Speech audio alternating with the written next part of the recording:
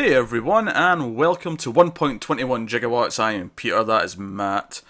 Hey, what's going on? We, of course, talk about movies, and this episode we're going to talk about Arrival, which is a new film directed by Denis Villeneuve, and it's obviously an alien first contact film. It also is kind of interesting how we seem to be in this trend. This is what the third year in a row where we've had like a sci-fi movie that's not like an action movie in like November. Because we had Gravity a Mm-hmm. couple of years ago, then we had Interstellar, then last year we Yep. had The Martian, and now this year we've had Arrival.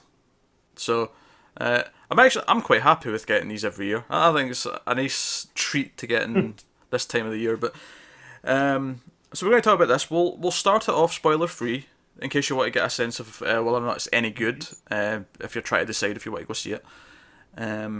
And then we'll get into spoilers halfway through, and we will warn you before we do so. So Amy Adams plays our main character named Louise, and she is a linguist.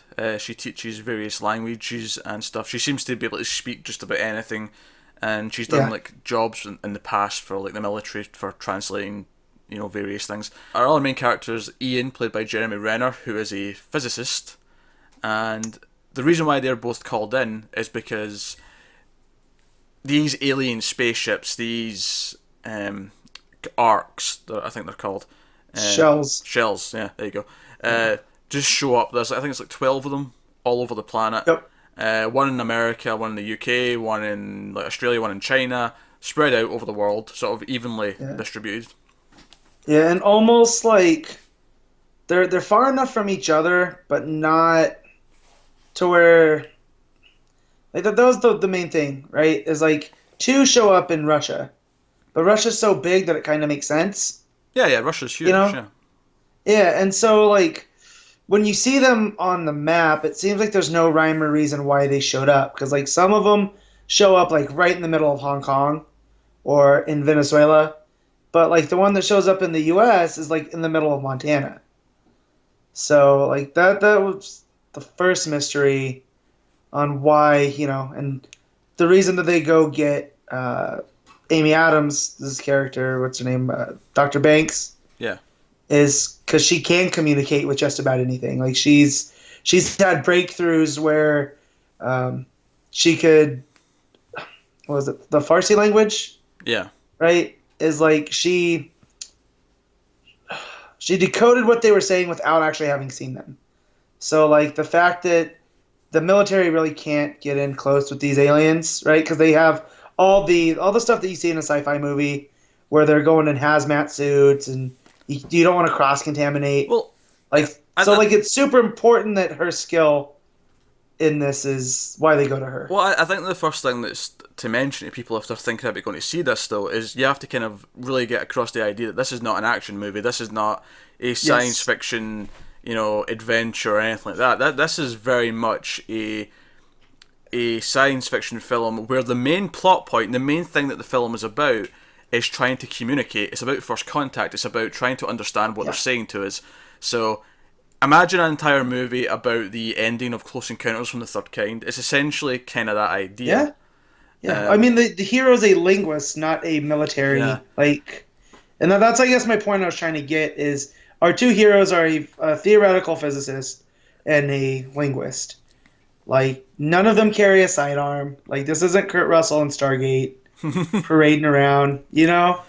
Yeah. And the other thing as well is that it reminds me a lot of movies of old. Like, if you watch a science fiction movie from the 50s, because they Yep. didn't have the visual effects and stuff, it tended to often turn into a room full of scientists talking about what was going on. Yeah. With Day the the odd, Earth stood yeah, still. you get Like the odd glimpse of what was going on, but it was mostly them trying to figure it out. And this was very much a present day version of that. Although, of course, it is made in 2016, and the film is gorgeous. Like, yeah. the first time, because they actually disguise what the shells look like when all the characters first start seeing them on the news. You don't get a good look at them.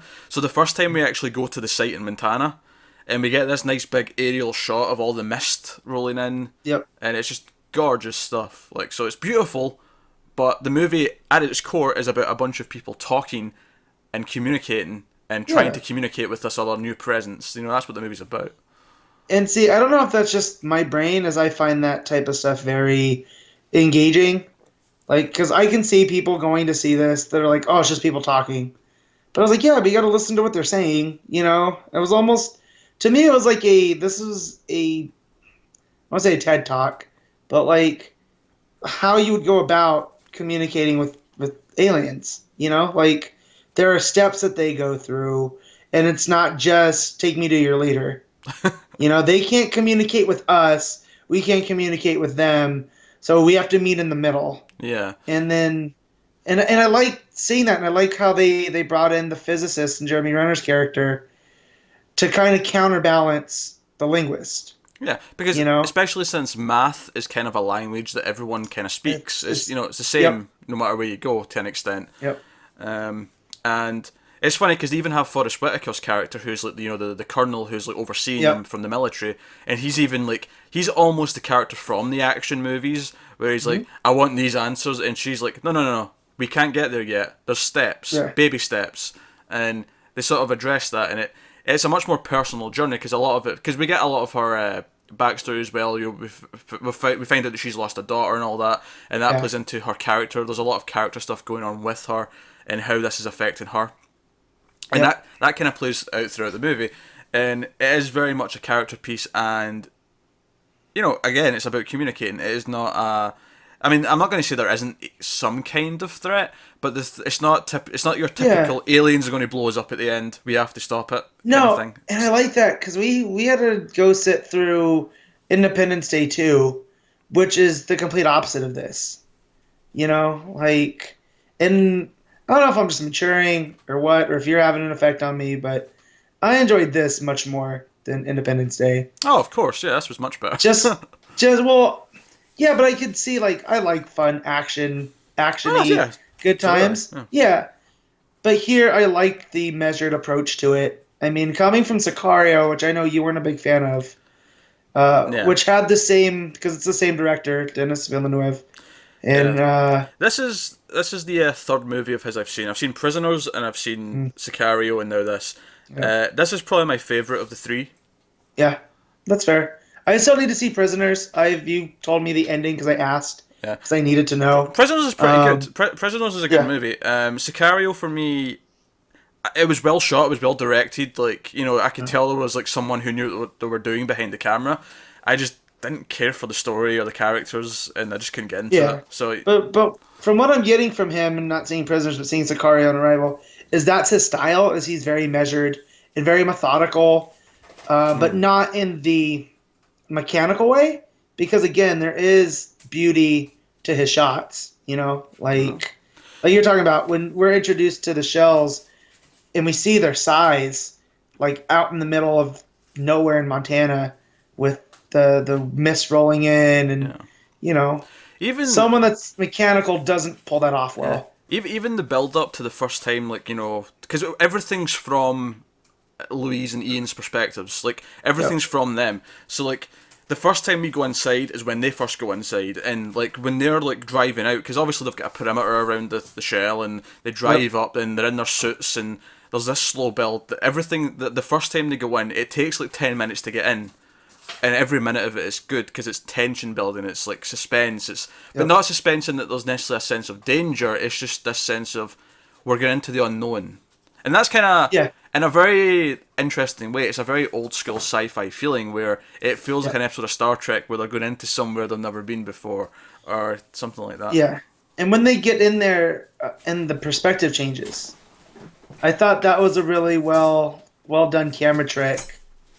To they're going up on the scissor lift, and then at a certain point gravity just stops, and they're able to turn 90 degrees and walk. Yeah. I thought that was like really cool, and that's not like I think anybody with a camera and a little bit of know-how can do that. So you don't need a big, huge budget to do a cool sci-fi movie. Yeah.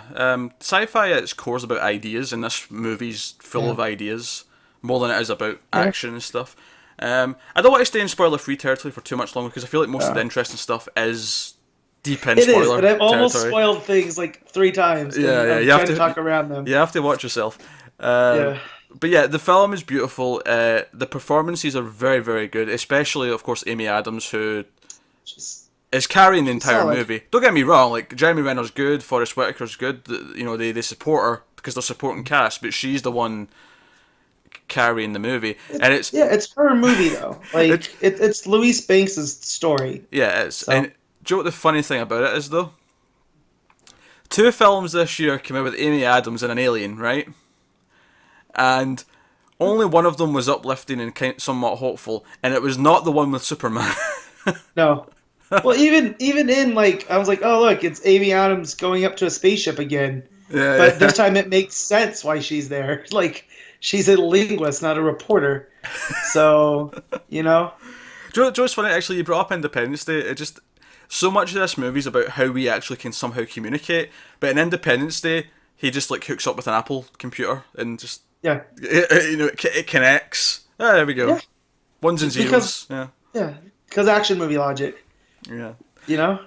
But no, it's definitely well worth seeing. But just you have to go in knowing that it's a slower paced character sort of sci-fi drama than it is a sci-fi blockbuster or Yeah. whatever. And here's the thing, I didn't see any of these trailers when it came out. Mm. Like everyone kept saying how great they were, and I just never got around to watching them. I never got one in the theater. So I went into this knowing just like it's Amy Adams, Jeremy Renner, and aliens. And I was very pleasantly surprised going in that blind. So Yeah, yeah. So highly recommended is what I would say at this point for yeah, spoiler-free folk.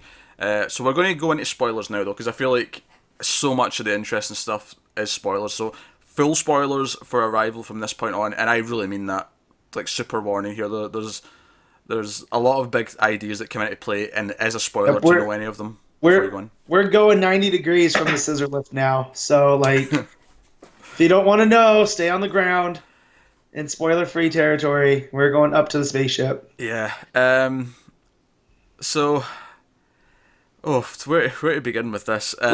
Let's talk about the language first Let's talk about the language. Yeah. Good because idea. Yeah. yeah, so as she goes and she's trying to figure this out, she starts just going into like, well, how would you teach kids? And so we're not going to be able to understand their spoken language because you can't break it down. So they go to the written language, and the military's having issues with all of that. And then when we finally see what the written language is, and it's just circles, Yeah. I'm going, this is why I'm not a linguist, because all of these look the same. You know?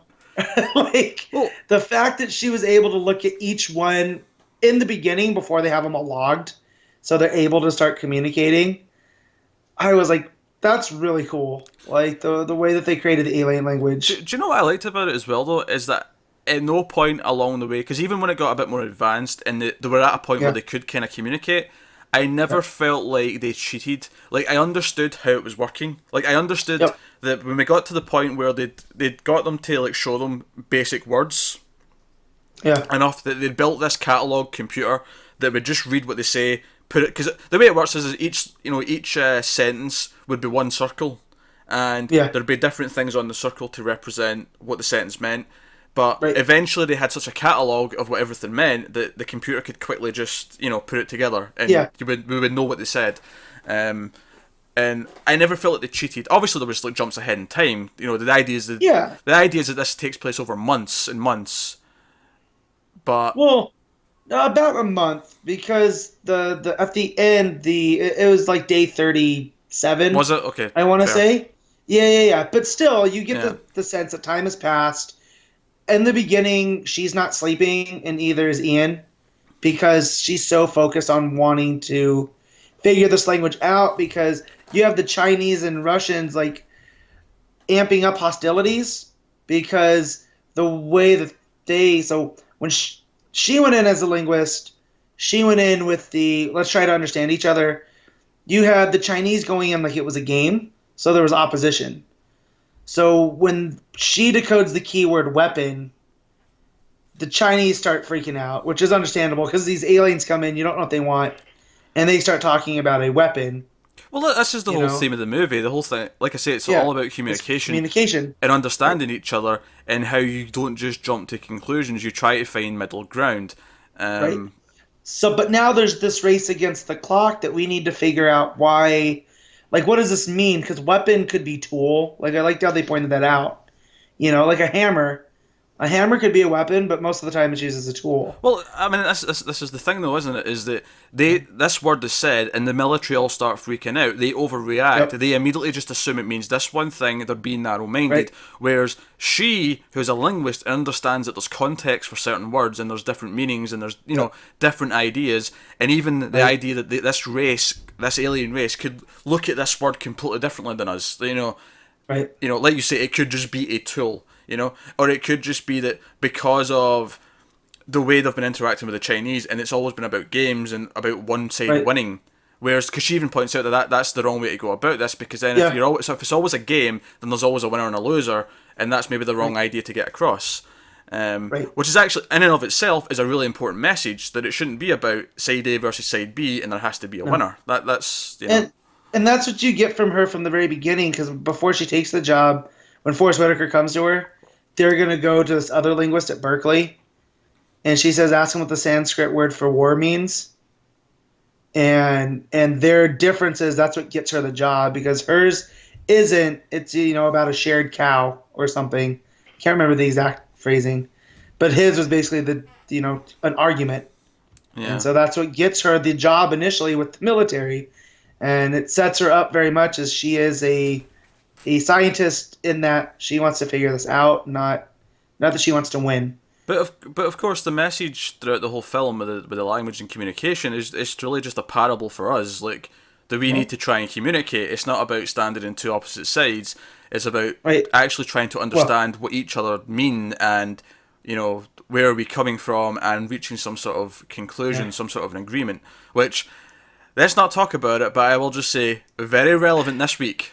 Very Yeah, so I relevant. was just gonna say, being in the U.S. this week, this movie, everyone needs to see it because it drives that point home very well, and especially when they get to the point where bad stuff happens with these jerk military guys who decide to take matters into their own hands, and they try to blow up the ship, and before they can do that, the aliens kind of have a sense of it, so they basically give them all their language in this cloud. And one last thing, and Well, she starts decoding it. Well, hold on, before you jump ahead there, what I liked about that scene, though, see, you've got this group of tensions are rising with people on Yeah. Earth, like the media. We see the media sort of demonizing them and saying, well, what if they're a threat? They're aliens, Right. kind of like real life, and people start talking about immigrants or, whatever else, other Yeah. races. And this group of soldiers who are working on the base decide to take matters into their own hands and plant a bomb. Right, which is stupid. Just even if before you analyze it any further, this to the aliens could be the first act of war. This could ignite something that Exactly. wasn't there, right? So it's yeah. stupid on several levels. But what I like about it is that it shows that these beings are more advanced and more considerate. Because when they sense this bomb, not only do they act quickly to save Louise and Yeah. Ian because they're in there. Yeah. Not only do they do that, they don't immediately assume that this is the actions of everyone on the other side. They don't jump to Right. that conclusion. Whereas we're all worried that they're going to, because that's what human race or the humanity of Would do. history has taught us, Yeah. is that if someone does something on one side to the other, oh, it must be an act of war. Right, all guns blazing, both sides go into an eruption. Whereas Right. here, this race says, no, we're not going to jump to that conclusion. Yeah. They're the better Well, and men in this scenario the whole time. Yeah. Well, and there's a good reason for that too, because when we figure the last part about their language, Yeah, which we'll get to in a we'll few. get to that. That's a separate thing. But I just want to point out, so we get through all of that to get to, they just have a chunk of it, Louise and Ian, and they decode it together, and it basically means one of 12. And so basically the heptapods, these aliens, are saying everyone's going to have to work together in order to work out the language Yeah. and what their purpose is here. And they're making humans come together to figure this out. So we're stronger together than we are solitary. And I thought Yeah. that was another great message in the movie. Yeah, another strong message. It's really hard to. As much as it doesn't. As much as there's kind of a. What's the word I'm looking for? Melancholy tone to the film. Mm-hmm. It is a very uplifting and hopeful Yeah. by the time the credits roll, which is really nice. Yeah. It's nice that you sort of find that in there, out of Yep. this. But let's talk about Louise and her daughter who dies from a rare illness, and we Yeah. see this at the start of the film, and it's funny because the whole idea that their language is circular and that the way they look at time is also circular, Circular. Yeah. That blew my mind. right? But before we even get to the reveals, right? I do want to point out that both the first scene, the first like montage of her history, Yeah. and then the last montage of her history at the end, both start with the exact same shot, and it makes the film itself feel very circular. I thought that Circular. was very nice touch, very nice touch. Yep. But it's funny actually because as she's like decoding the language and she keeps having these more dreams, as if she's kind of like, having these Remembering. intense flashbacks of her time with her daughter and all that.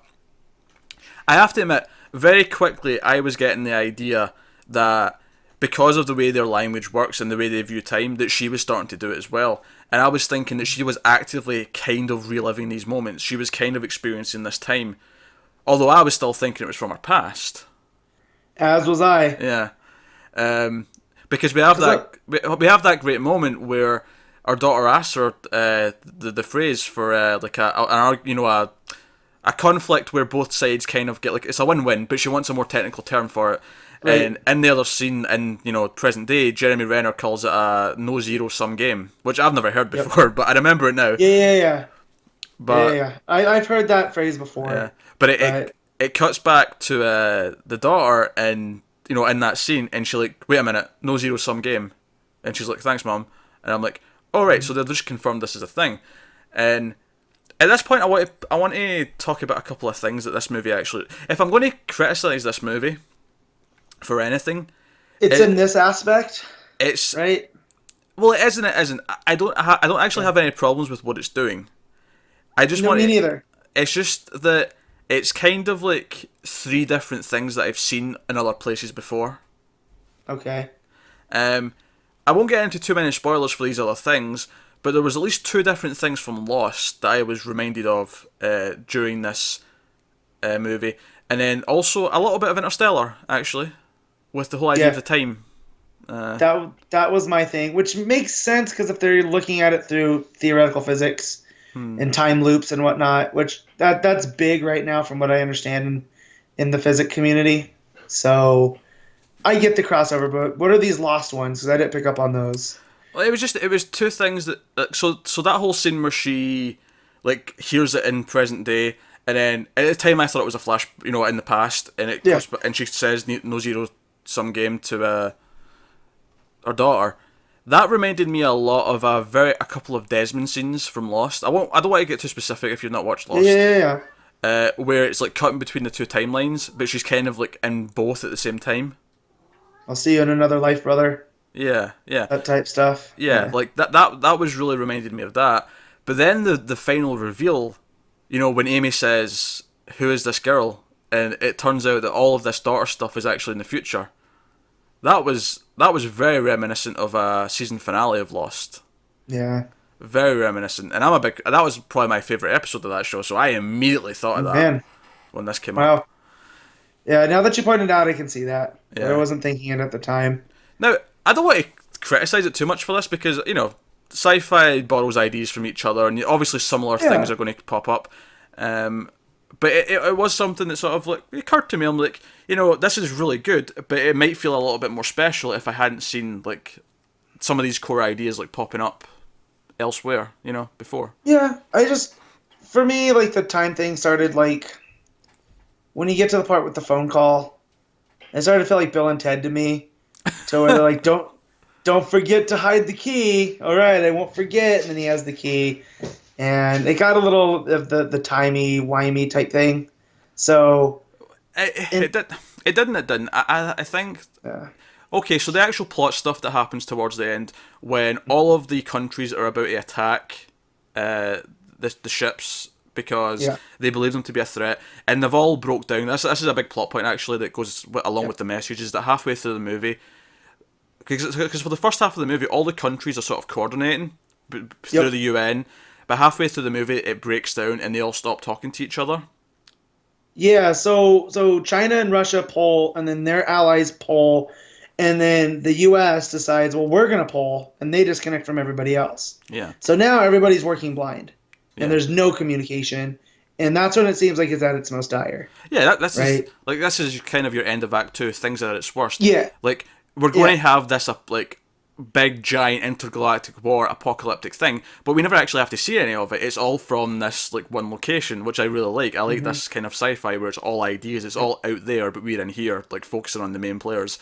And she, of course, like she needs to phone the head of the Chinese army, or to put a stop to this. And it's because she flashes, she like jumps to another part of the timeline where she meets him at a gala, and he, you know, like gives her this information because he knows that she needs to. Because at this point in the future, it's not just her that's learned the language. By this point, more people have learned the language, and yeah. but and I liked all this for the most part. But for me, the reason why I like all this time stuff is actually kind of the message of the ending.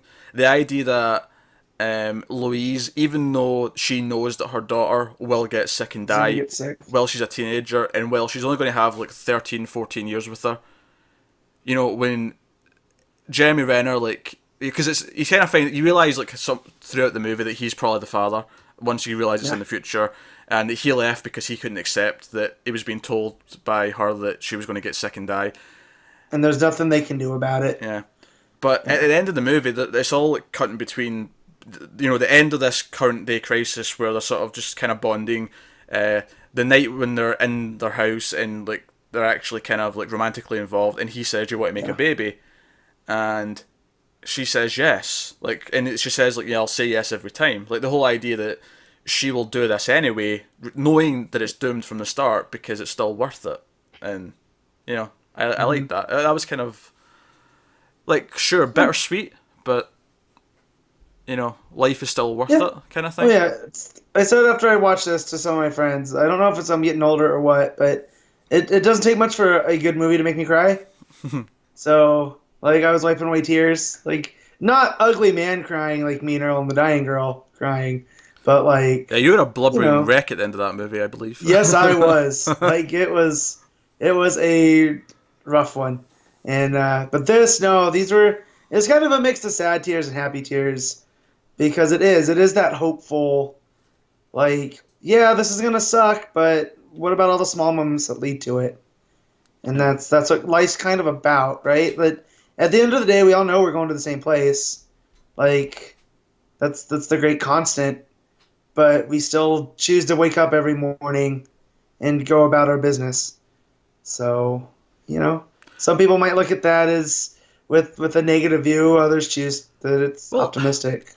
I think the whole idea that, or at least part of the idea that I got from it Mhm. towards the end, is that the reason why this all worked out and the reason why it did calm down is because the aliens, because they have this view of time where they see kind of their whole lives sort of Mhm. concurrently, it kind of stops them from worrying about the future. And because of that, like, the idea that maybe conflicts happen because we're worried of what's going to happen if X, Y, and Z, Huh? happen or don't happen or whatever. But if you know what the outcomes are already going to be, you can just do the right thing. Like, you just, like, Well, this you just idea, know. yeah, we're It's not, it's time as yeah, time is the fourth dimension. yeah, So when you look at it like that, and you just know, well, it's gonna be okay, so I don't have to play the what if game, or it's not going to be okay, I don't have to play the what if game. yeah, I can, Whatever's happened is yeah, going to happen. And what's funny is dealing with anxiety and stuff. That's what a lot from what I've seen from therapists, they'll tell you is why worry about it? You have no control about it in the moment. Deal with it when it happens. And this is almost the aliens coming and telling us the same thing. yeah. You know? What is interesting though is the aliens say they're giving them this gift of their language because Yep. in 3,000 years, was it 3,000? Was it 30,000? It yeah, I think it was 3,000. Yeah, 3,000 years they're going to have to come back and get some help from them for something, Yep. um, which is interesting. I think some people will like, oh, what's this going to be in 3,000 years? I think for me, what that really just means is that no, this is more communication. This is us helping you so that you'll help us in the future because Yep. it's this life is just easier if we actually work together. If we don't, you know. Yeah, and they came and they gave the gift of communication. So maybe in 3,000 years, that's when humankind's ready to make full contact with an alien species. And now we'll have the ability, because we'll have 3,000 years of practice with this language. And we'll be able to actually converse and not have to worry about, are they coming to take all of our stuff? Yeah. Because really, that's what it boils down to, is people are superstitious of anyone coming to, well, not superstitious, so suspect of people coming to take their stuff. Yeah. And so, and I like that message. That's how I took it. And even, to bring it back with Interstellar, yeah, I felt that was kind of the message there too. Yeah. And even with, like, again, the aliens being the better people, is that, you know, Ian calls them Abbott and Costello because they need names for them. Yeah. And Abbott dies, like, in the explosion. Abbott gets injured and dies, and Costello, like, still imparts this knowledge off to Louise. He's like, no, I'm not going to hold a grudge. There's no point. Like, right. And arguably, the reason why they knew it was going to happen is because they see time the way they do. They knew it was about to happen, you know? Well, and that's how then again, it makes sense why they saved them. Yeah. And kind of pushed them out and guided them back to the ground, you know?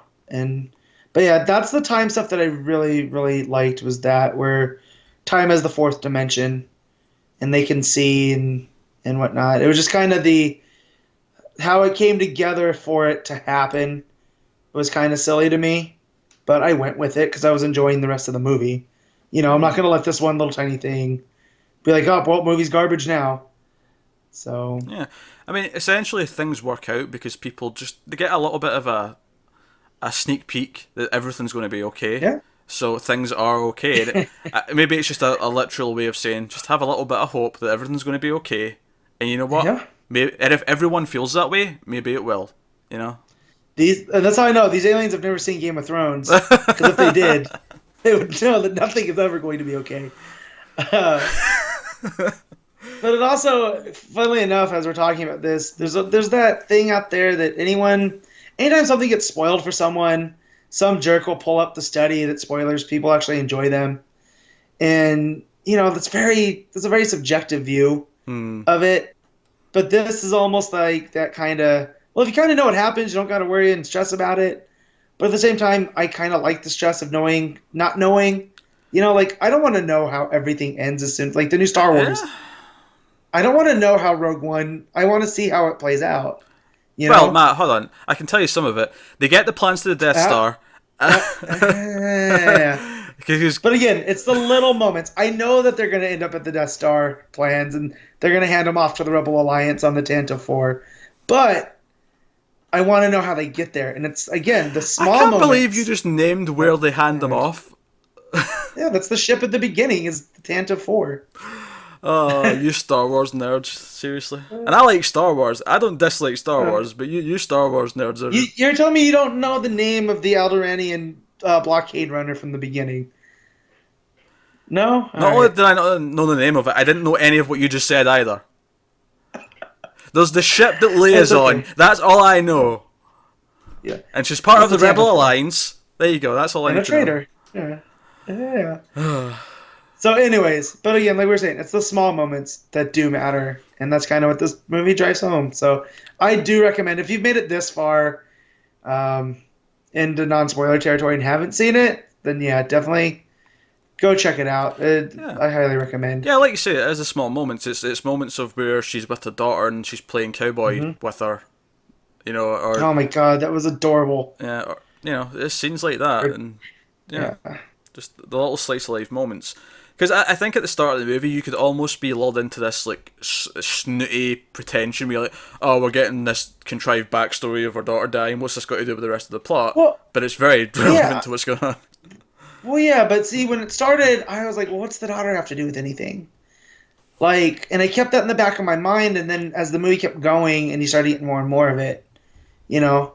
But I was just like, oh, she's letting her grief drive her. Cool. But yeah, because for the first half of the movie, you're kind of like going along with this idea that she's this determined and this shut off from people because of what happened with her daughter, and this is why she's where she is right now. Which is why it works kind of effectively as a twist. Even if you get parts of it before it happens, Yeah. I think the whole thing where she says, "Who is this girl?" and you realise it's actually the future, still works really well. Because even though I had kind of figured out the rest of it, I was like, "Oh, right, Yeah. okay, nice one. You pulled Yeah. that out from under me." So, Yeah. so my cat is meowing, which is telling us it's time to wrap up. He's not happy. He's saying it's time for food. Get Some off. people have an alarm clock. Peter has cats. Yeah, he's saying this is ridiculous. Get off that stupid computer and come and feed me, human. Because unlike the aliens in the movie, cats just want to be our overlords. And I'm not gonna lie, that sounds like an okay world to live in. If we're going to Not have for me, overlords, it may as well be cats. Not the way my cat tries to knock me down the stairs. I'm okay. Luckily, Matt, I think you're just big enough that you can take the blow and not move. That's true. Yeah, but her claws are sharp. Like, she hits me in the ankle. That's tender meat right there, Pete. Yeah. Actually, what did you think about how the aliens looked? Because I've seen some people talking about it. I like it a lot. Being a biology kind of nerd, they look like squids or octopus, and we know that those they're for being a squishy and they don't have any bones. They're very hardy. Like they're very durable creatures. Well, so do you know what I thought? Actually, I thought I get the squid thing. I thought they were halfway between a squid and a hand, like a human hand. Because Yeah. see when they walked in, The Thing? it was like the Thing from Adam's Family coming in, Yeah. but obviously huge. yeah.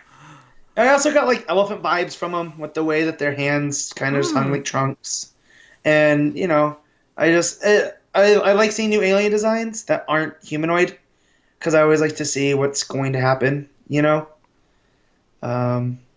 if they can pull from like real life biology. So, because who knows, we could have already interacted with aliens and not know it because they're in a gas form, and they're imperceptible to us. Think Well, about that. We're getting into some weird conspiracy theories now, so I think that's time to wrap things up. Matt, you need to grow your hair out so you can be the guy from the History Channel. Anyway, so yeah, that's Arrival. We liked it a lot. Yep. Yeah, so definitely worth checking out. It's probably my favourite Villeneuve film so far. Makes me hopeful for Blade Runner 2. Yes. So, Which I think got a title change to Blade Runner 2049. You're right, it did. Yeah, you're right. 2049. So, but I mean, that's better than just calling it Blade Runner and having 2 Blade Runner movies, right? Jesus Christ, I'll be 60 that year. Oh, man.